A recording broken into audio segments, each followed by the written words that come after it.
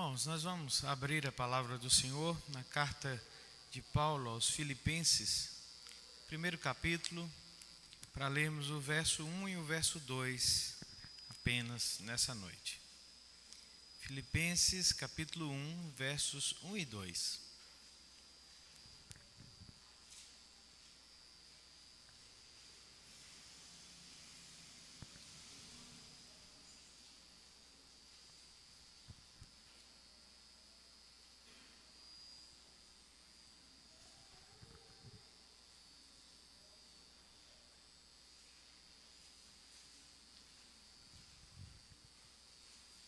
Filipenses capítulo 1, versos 1 e 2.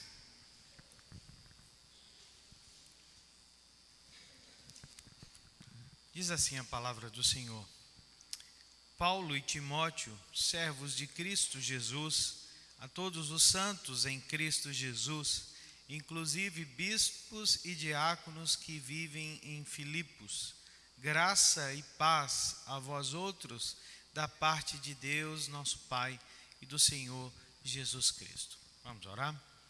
Deus, nós humildemente nos colocamos diante da Tua presença, gratos pelo privilégio que o Senhor nos concede de sermos contados entre os Teus adoradores, de entregarmos a Ti o nosso louvor, a nossa gratidão, reconhecendo quem o Senhor é e o que o Senhor faz em prol das nossas vidas. Agora, quando nós estamos diante da Tua palavra, pedimos que o Senhor abra os nossos olhos e que o Senhor nos dê o devido entendimento para que compreendamos a Tua vontade revelada para as nossas vidas. É o que nós oramos, agradecidos, no nome de Jesus. Amém. Nós encerramos a nossa série de mensagens sobre o Eclesiastes e a semana passada nós começamos a falar um pouquinho sobre a chamada Carta da Alegria, a Epístola da Alegria, como é conhecida, que é a carta de Paulo aos Filipenses. Só que nós começamos pelo capítulo 16 de Atos, falando sobre a fundação da igreja ali na cidade de Filipos. E hoje nós vamos então começar definitivamente a carta aos Filipenses. Essa carta ela é chamada de a Carta da Alegria por algumas razões. E uma delas é que nos 4 breves capítulos que nós temos dessa epístola, Paulo, por volta de 16 ou 17 vezes, ele fala sobre o tema da alegria. Mas não uma alegria que é um sorriso bobo estampado no nosso rosto, na nossa face, mas ele fala de uma alegria profunda, de uma alegria que não pode ser afetada pelas circunstâncias, ainda que essas sejam as circunstâncias mais adversas possíveis na nossa vida. Paulo compreende essa alegria como algo que é resultado da salvação que nós recebemos em Cristo Jesus. Por isso que nós começamos lá pelo livro dos Atos dos Apóstolos, falando daqueles 3 personagens que a Bíblia diz que, ao serem convertidos pelo Evangelho, mostraram grande alegria, ao crerem no Senhor e ao se tornarem a igreja do Senhor ali em Filipos. E quando nós chegamos à carta, essa carta foi escrita por volta do ano 61, 62 depois de Cristo, ou seja, quase 10 anos depois que Paulo havia chegado em Filipos e levado o evangelho para aquelas pessoas. Muita coisa já tinha acontecido na vida de Paulo, no seu ministério, e talvez a mais significativa agora era que ele se encontrava preso em Roma, acusado de ser um agitador no Império Romano, e a sua prisão em Roma era uma prisão domiciliar, ou seja, ele estava aguardando a hora de ser julgado por César, uma vez que como cidadão romano havia apelado para o tribunal de César, mas isso em nada facilitava a sua vida, porque para aqueles prisioneiros que aguardavam pelo tribunal de César, esse julgamento era um julgamento que demorava, e segundo o sistema romano de justiça, o acusado é quem pagava do seu próprio bolso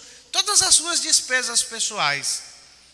Então nós temos o apóstolo Paulo, né, tendo que pagar o seu próprio aluguel, além de custear a sua alimentação, a sua roupa, né, os utensílios que ele usa no dia a dia, ou seja, todas as despesas pessoais, e ainda assim acorrentado a um soldado romano, continuamente, sabe-se lá quando seria julgado por César, e Paulo dependia da ajuda financeira dos amigos, mas era algo extremamente arriscado, né? Entrar com algum sustento para alguém que fosse acusado de um crime contra o império. Então, imagine só que situação difícil essa do apóstolo, né? Preso, aguardando um julgamento que ele não sabe quando virá, acorrentado a um soldado, tendo que pagar as suas próprias despesas, sem nenhuma renda, sem nenhuma fonte de sustento. Paulo passou parte do seu tempo ditando as suas cartas para amigos, né, que eram aqueles que levariam as suas cartas para as igrejas, para o rebanho que ele havia, né, ao longo do seu ministério, plantado em determinados lugares. E Filipenses é a última das chamadas cartas da prisão, né?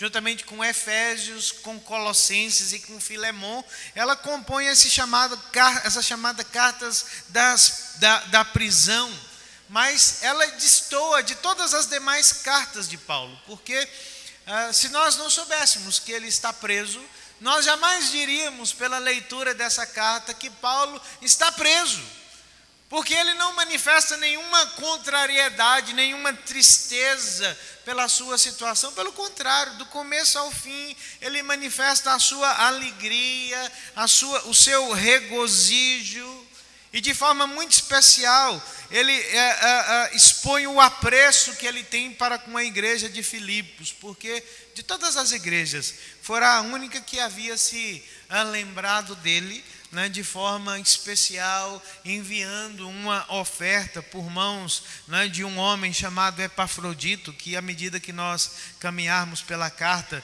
nós veremos ele aparecendo, né, na leitura da carta aos Filipenses. E Paulo então mostra, né, essa faceta de cristão vibrante em circunstâncias difíceis, demonstrando uma alegria contagiante.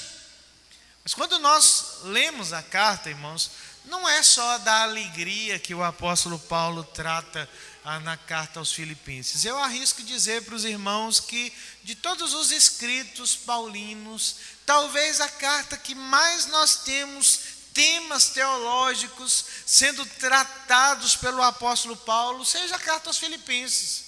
Porque Paulo fala sobre a soberania de Deus, fala sobre a humildade e a humilhação de Cristo, fala sobre a união com Cristo, a justificação pela fé somente, a comunhão dos santos, a suficiência de Cristo na vida do seu povo. E se essa já não fosse, né, uma razão suficiente para que nós apreciemos a sua carta, o que nós podemos dizer de tantos versos memoráveis que nós encontramos nessa pequena carta? Porque é em Filipenses que nós encontramos o apóstolo Paulo dizendo o seguinte: olha, aquele que começou uma boa obra em vós, há de completá-la até o dia de Cristo Jesus. É em Filipenses que nós encontramos o apóstolo Paulo dizendo: para mim o viver é Cristo e o morrer é lucro. É em Filipenses que nós encontramos Paulo dizendo o seguinte: olha, por causa de Cristo eu considerei perda todas as coisas para ganhar a Cristo. É em Filipenses que nós encontramos o apóstolo Paulo dizendo o seguinte: olha, uma coisa eu faço, esquecendo das coisas que para trás ficam, o quê? Prossigo para o alvo da soberana vocação em Cristo Jesus. Nós encontramos em Filipenses o apóstolo Paulo falando que a nossa cidadania está nos céus. Nós encontramos em Filipenses Paulo dizendo assim: olha, não andeis ansiosos por coisa alguma, antes façam conhecidas a Deus nas suas orações todas as suas necessidades. Em Filipenses nós encontramos o apóstolo Paulo dizendo assim: a paz que excede todo entendimento guardará os vossos corações e as vossas mentes em Cristo Jesus. Nós encontramos o apóstolo Paulo dizendo assim: eu aprendi a viver contente em toda e qualquer situação. Nós encontramos o apóstolo Paulo dizendo: tudo posso naquele que me fortalece. Eu desafio os irmãos a encontrarem algum texto paulino que nós temos tantos versículos que nós apreciamos, que nós amamos, que nós aprendemos a decorar na nossa caminhada cristã. Filipenses é algo memorável, né? Mas ela principalmente nos mostra um pouco a respeito da identidade do cristão. Quando nós olhamos para o texto que temos em mãos, nós temos a saudação do apóstolo Paulo, que é uma saudação típica do padrão de correspondências do mundo antigo. Hoje nós não escrevemos mais cartas, né? Eu julgo que é possível que talvez nenhum de nós aqui escrevamos mais cartas, né?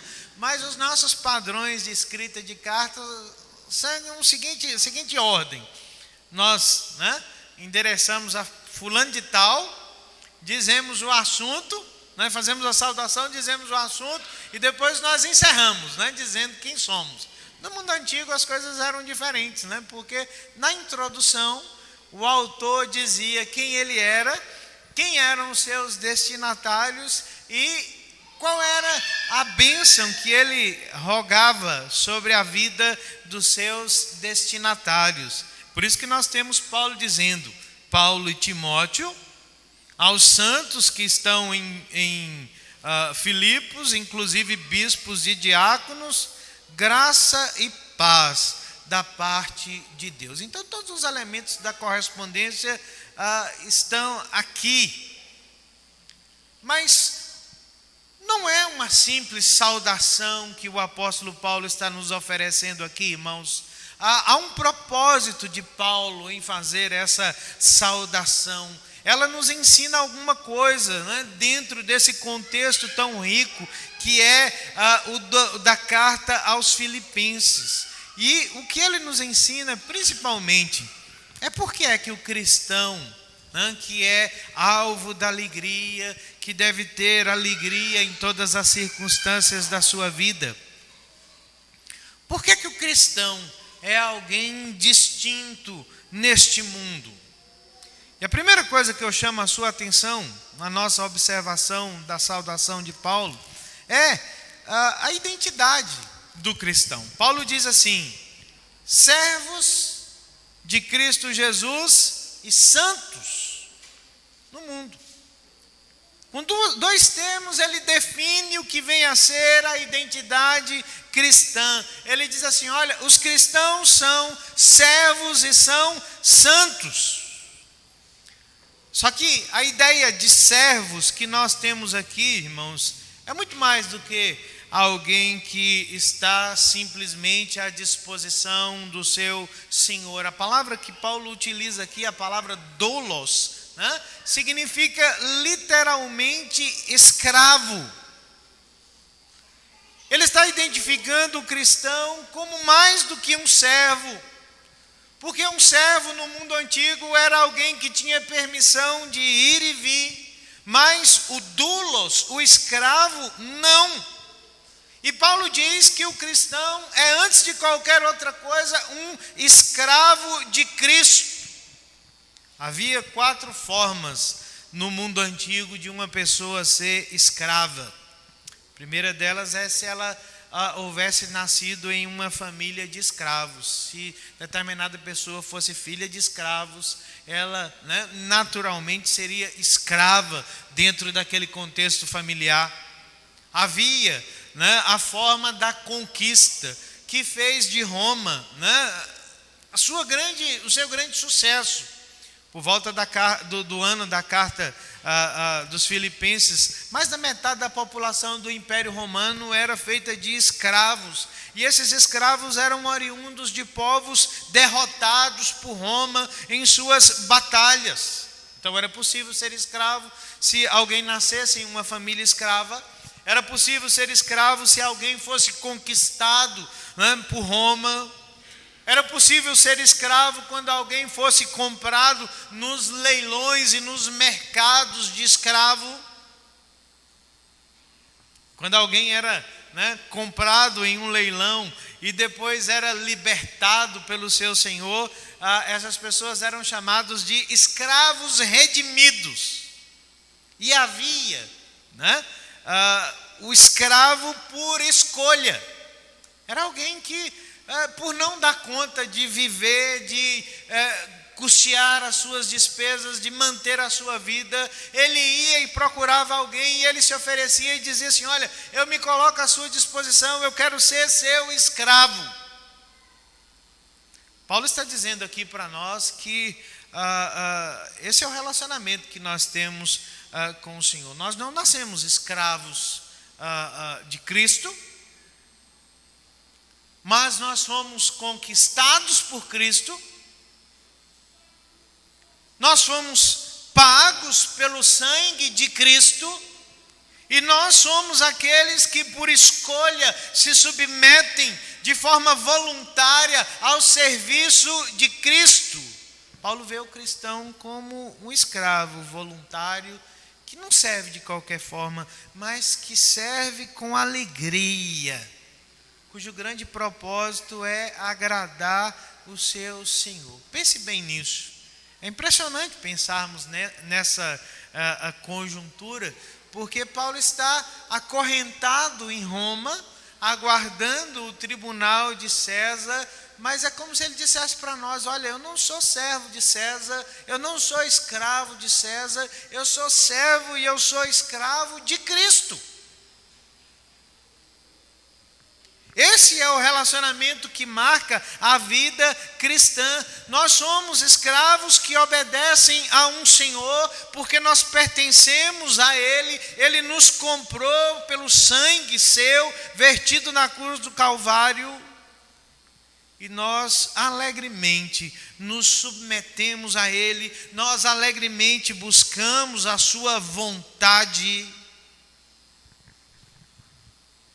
porque nós somos possessão absoluta de Cristo, nós somos e devemos obediência absoluta a Ele, e que o título mais honrado que nós podemos sustentar neste mundo e nessa vida é sermos reconhecidos como servos de Cristo. Se você olhar o padrão que o apóstolo Paulo usa nas outras cartas, você vai ver que Paulo sempre faz questão de ressaltar que ele é apóstolo, né, que ele foi escolhido por Cristo, mas aqui não. Com esses crentes, com essa igreja, Paulo se diz, né, como que reconhecendo que a coisa mais preciosa que se pode ser dita sobre um cristão é que nós somos servos de Cristo. Sabe por quê? Parafraseando, né, Agostinho de Hipona, Santo Agostinho, ele diz assim: quanto mais servos de Cristo nós nos tornamos, mais livres nós nos sentimos. Está aqui alguém dizendo que a verdadeira liberdade, que a verdadeira alegria, que o verdadeiro regozijo na vida cristã consiste em nos tornarmos servos de Cristo, de colocarmos a nossa vida ao inteiro dispor do Senhor, porque esse é o relacionamento, irmãos, que nós somos chamados para ter com Cristo. Nós somos chamados para sermos escravos dele, para fazermos a sua vontade. A vida cristã não é uma vida onde você busca a sua vontade, onde você procura agradar a você mesmo, mas a Bíblia diz que nós existimos para agradar a Deus, para fazer a vontade de Deus e sentirmos alegria enquanto buscamos a vontade do Senhor em nossa vida. Mas Paulo diz que nós não somos apenas servos, ele diz que nós somos também santos. Se você olhar, ele diz assim: a todos os santos inclusive bispos e diáconos que vivem em Filipos. Ele diz assim: olha, essa carta não é uma carta para uma elite espiritual, né? Não é para alguns notáveis cristãos que são santos, mas é para toda a igreja, porque todos foram separados para servir a Cristo. Hoje, a ideia que nós temos de santidade, ela sofreu uma alteração que beira algo quase que extraordinariamente difícil ou impossível de ser contemplado. Me lembro de uma história que conta-se a respeito do Dr. Harry Ironside, que foi um famoso pregador americano, que era pastor da igreja Moody, lá em Chicago. Diz que o Dr. Harry, um dia viajando no interior dos Estados Unidos de trem, no vagão onde ele estava, havia duas freiras católicas conversando sobre santos. E ele se intrometeu naquela história e começou a travar um diálogo com aquelas mulheres, né, tentando participar daquela história de santos. E num determinado momento ele perguntou para aquelas duas freiras: vocês já viram um santo? E elas responderam assim, com aquele ar de reverência, assim: não, nós nunca vimos um santo. E nós pensamos que seria algo maravilhoso demais ver um santo de verdade. E aí o Dr. Harry disse assim: pois eu gostaria de mostrar para vocês um santo. E elas ficaram muito impressionadas, né? E elas perguntam: mas onde é que ele está? Tem algum compartimento aqui no trem que está carregando alguma relíquia, né? Algum osso de santo, alguma coisa? Diz assim: não. Então, esse santo vai descer do céu aqui agora? Ele diz assim: não. Diz assim: onde é que está esse santo? E ele olhou para elas e diz assim: está aqui, vejam só, sou eu, Santo Harry. Aquelas freiras não ficaram muito impressionadas com a imagem do Dr. Harry Ironside de santidade, porque de alguma forma esse é o conceito de santidade que vigora, né, na nossa cultura. Nós achamos que santos são pessoas mortas. Nós achamos que santos são pessoas que pertencem a uma elite, né? Pessoas contadas. Mas, pasmem vocês, santos, né, no plural, diga-se de passagem, é o termo que aparece quase como sinônimo para a atribuição cristã em todos os documentos do Novo Testamento. Não santo, no singular, né, mostrando uma faceta individual de alguém como perfeito. Não, mas santos, para lembrar que essa é a condição do povo de Deus no mundo. Pecadores regenerados que receberam uma missão da parte do Senhor, que é viver em santidade. E a mentalidade hebraica que empresta sentido a essa santificação, né, dizia respeito ao elemento da diferença das outras coisas. Santo é alguém que foi afastado do resto, que foi separado do todo. E Paulo está dizendo assim: é isso que nos define como crentes.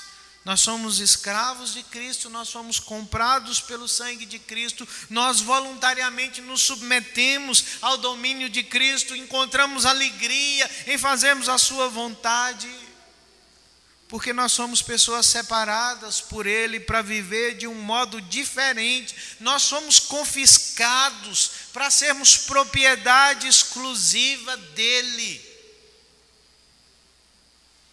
Se você quer saber o que é que significa ser um cristão, No entendimento do apóstolo Paulo, ele diz que os cristãos são pessoas definidas pelo seu serviço e definido pelo seu padrão de vida. Nós somos escravos de Cristo, nós somos santos, pessoas que foram separadas para viver para a glória do Senhor. Mas não é só isso que ele fala a respeito, né, do cristão. Segunda coisa que Paulo chama a nossa atenção nesse prefácio, nessa saudação, é sobre o ambiente onde o cristão é posto, onde o cristão é definido. O que é que Paulo diz? Ele diz assim: Paulo e Timóteo, servos de Cristo, a todos os santos, o quê? Em Cristo, que estão ou que vivem em Filipos. Os cristãos são servos, irmãos. Os cristãos são santos, porque os cristãos estão no ambiente que favorece o seu serviço e a sua santidade. Sabe que ambiente é esse? Cristo Jesus. Nós somos servos e santos porque nós estamos em Cristo. E estar em Cristo é a chave para entender não apenas o nosso relacionamento com a salvação, mas o nosso relacionamento com a alegria cristã. Paulo menciona cerca de 8 vezes nessa carta a condição de estar em Cristo. Só que ele diz assim: olha, vocês não estão em Filipos, pura e simplesmente, antes de serem filipenses, vocês estão em Cristo Jesus.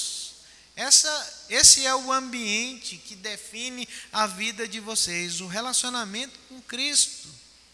Essa é a essência do cristianismo.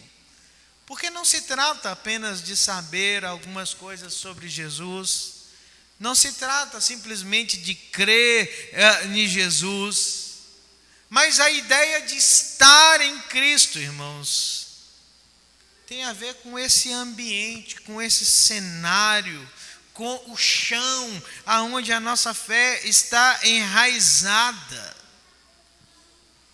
A verdadeira vida cristã é a vida de Cristo, do Cristo ressurreto, né? Dentro da vida dos seus servos, os tornando santos.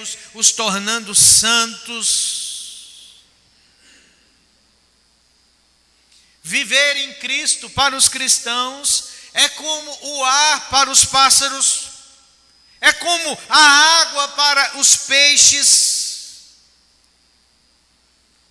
Estar em Cristo é viver continuamente na atmosfera, né, que nós somos criados para viver, é viver num mundo em que tudo, absolutamente tudo, diz respeito a Cristo. Sabe por que o cristão é santo? Por que o cristão é servo? Porque todas as partes da sua vida, em tudo, ele está plenamente consciente da presença de Cristo que o invade, que o circunda.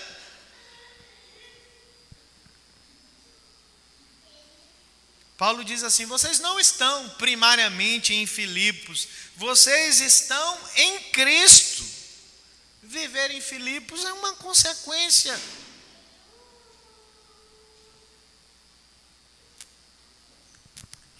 Poderia ser em qualquer outra cidade, poderia ser em Roma, poderia ser em Atenas, poderia ser em qualquer outro lugar do mundo. Se eles mudassem para esses outros lugares, nada, absolutamente nada, alteraria a sua condição essencial de vida, porque eles continuariam em Cristo Jesus. Isso é um lembrete para nós, porque eu conheço um monte de crentes que quando mudam de ambiente, mudam a sua fé.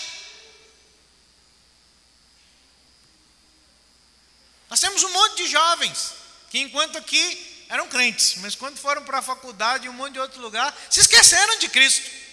Como pode ser? Se o ambiente da fé é o que nos define.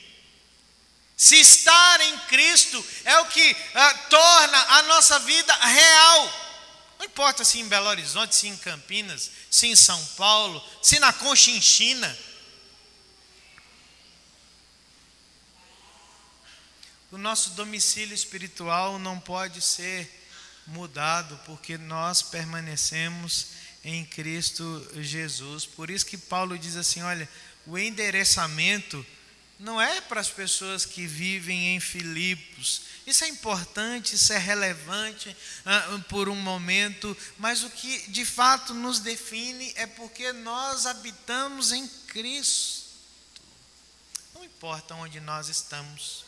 Se na prisão em Roma Paulo estava, se eles lá em Filipos, eles permaneciam sobre a mesma essência, sobre o mesmo ambiente da vida cristã. Considerar isso, irmãos, nos faz um desafio, como eu disse, sobre o nosso cenário, porque nós sempre esperamos cenários melhores para que nós sejamos reconhecidos como servos do Senhor e como santos, Paulo diz assim, o cenário, o ambiente, não faz tanta diferença como nós imaginamos que faz, porque o que realmente faz toda a diferença é estar ou não em Cristo Jesus. Somos santos, somos servos, estamos em Cristo. E a última coisa que ele chama a nossa atenção nessa noite, na sua definição de cristão, é que o cristão é aquele que é abençoado. E o resultado da bênção de Deus sobre a vida cristã é sempre graça e paz. Olha aí para o texto. Ele diz assim, verso 12: graça e paz a vós outros da parte de Deus, nosso Pai, e do Senhor Jesus Cristo. O cristão servo, o cristão santo, o cristão que habita em Cristo, domiciliado em Cristo Jesus, é aquele que é sempre um receptáculo da bênção do Senhor sobre a sua vida. E é interessante essa descrição, da bênção, porque por várias vezes nós vamos encontrar nas epístolas paulinas Paulo usando essa dupla expressão. Ele diz assim, graça e paz. E quando ele usa, irmãos, essas duas palavras, ele está combinando duas coisas do mundo hebraico e do mundo gentílico, A palavra usada para congraçamento nas cartas do mundo antigo era um termo parecido com o termo graça. Era só dizer o seguinte, olha, desejo a você saúde. Mas Paulo diz assim, mas para nós que somos cristãos, é mais, é graça, é caris. E paz vem justamente da ideia hebraica, do shalom, do bem-estar. Ele está dizendo o seguinte, olha, não tem nada que eu poderia desejar mais, de forma melhor para vocês que são cristãos, para vocês que estão em Filipos, do que isso, desejar que a graça e a paz do Senhor Jesus Cristo permaneçam sobre a vida de vocês. Sabe por quê, irmãos? Porque graça é a própria raiz do Evangelho. Quando nós pensamos no que é a graça resume a vida cristã, a graça resume o Evangelho. Paulo está dizendo assim, olha, o meu desejo para vocês que estão em Cristo, para vocês que são servos, para vocês que são santos, é que Deus em Cristo Jesus derrame sempre graça suficiente que capacite vocês a viver de forma agradável a Deus. É a graça que nos preenche, é a graça que nos motiva, é a graça que transborda, não é? Não foi isso que o apóstolo Paulo recebeu da parte de Cristo, quando ele se queixou algumas vezes por causa do espinho da carne que tinha? O Senhor disse a ele 3 vezes, a minha graça te basta.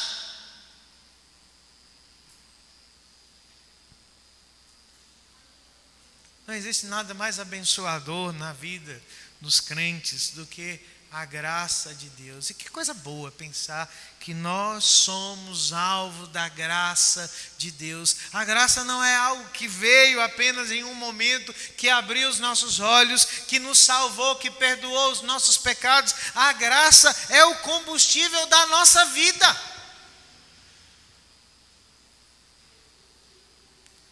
Não é possível ser cristão sem a graça de Deus, porque é a graça que nos sacia, é a graça que nos abastece. E Paulo diz assim: e desejo que a paz de Deus esteja com vocês. Não é a paz com Deus, resultado da salvação, mas é a paz de Deus, que num determinado momento da carta Paulo vai dizer que é a paz que excede todo o entendimento e que guarda o nosso coração e que guarda a nossa mente. Sabe o que é isso, irmãos? Paulo está dizendo que a bênção que nós recebemos pelo fato de estarmos em Cristo Jesus é aquela experiência pessoal de paz sobrenatural na alma, que somente Deus pode dar, aquela serenidade, aquela tranquilidade, para enfrentar as situações mais intempestivas da nossa vida. Porque a serenidade na alma do cristão nasce da certeza que ele tem, que Deus está no controle de todas as circunstâncias, por mais adversas que elas sejam. O cristão sabe que Deus está no controle e que Deus as usa para cooperar no bem, que nos transforma cada vez mais em pessoas semelhantes a Cristo Jesus. Devemos pensar e considerar na bênção que o apóstolo Paulo está propondo para os crentes em Filipos, que nenhum desafio que nós como crentes enfrentamos ou encontramos nessa vida está fora do controle soberano de Deus sobre a nossa existência. Nada, nada, nada, nada.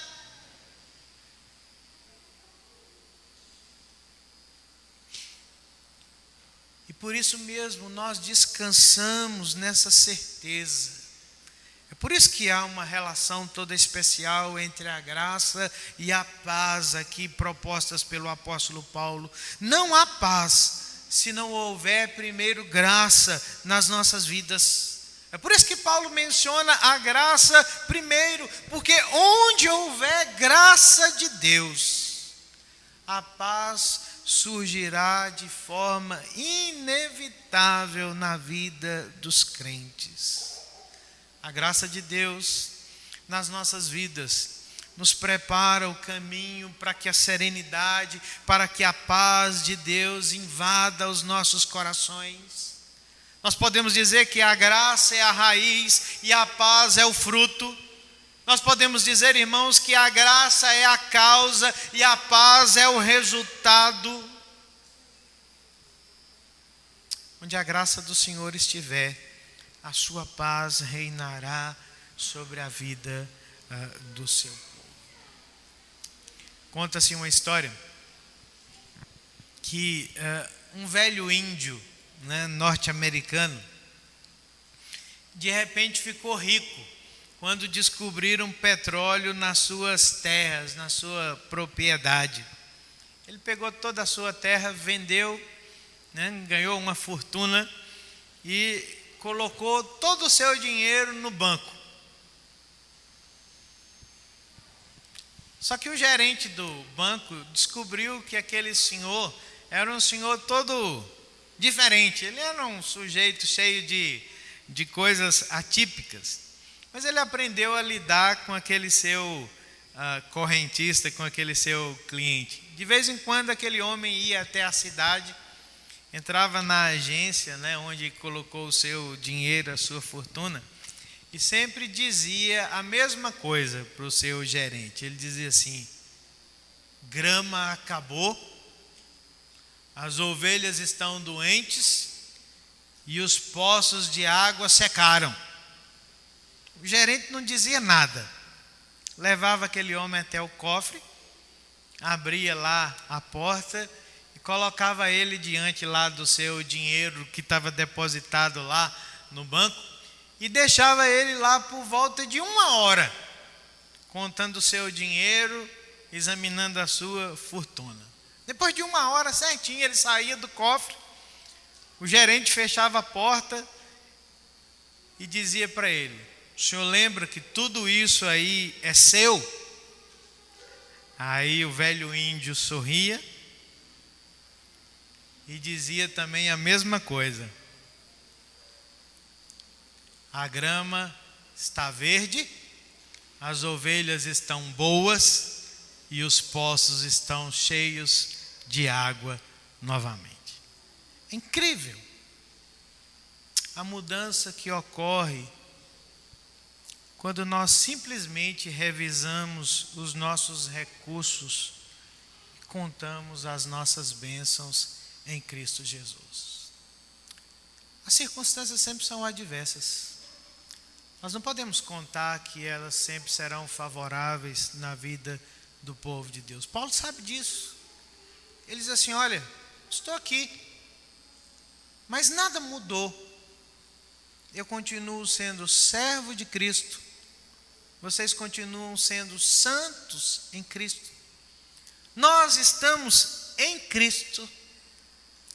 E por isso mesmo nós precisamos nos lembrar que nós somos sempre alvos das mais preciosas bênçãos do Senhor sobre as nossas vidas. Quando nós revisamos essas coisas tão básicas sobre a nossa identidade cristã, nós podemos descansar na graça e na paz do nosso Senhor e Salvador Jesus Cristo. Você tem alegria? A Bíblia diz que não é só alegria que Cristo nos oferece. Ele nos oferece muito mais. Ele nos oferece uma identidade real, verdadeira. Nos oferece propósito, sentido. Nos oferece um cenário, um ambiente seguro para vivermos com Ele, independente das circunstâncias que se abatem sobre nós nesse mundo. E Ele nos oferece, irmãos, a certeza de que nada nem ninguém pode nos roubar a sua graça e a paz que excede todo entendimento e que guarda o nosso coração e a nossa mente em Cristo Jesus.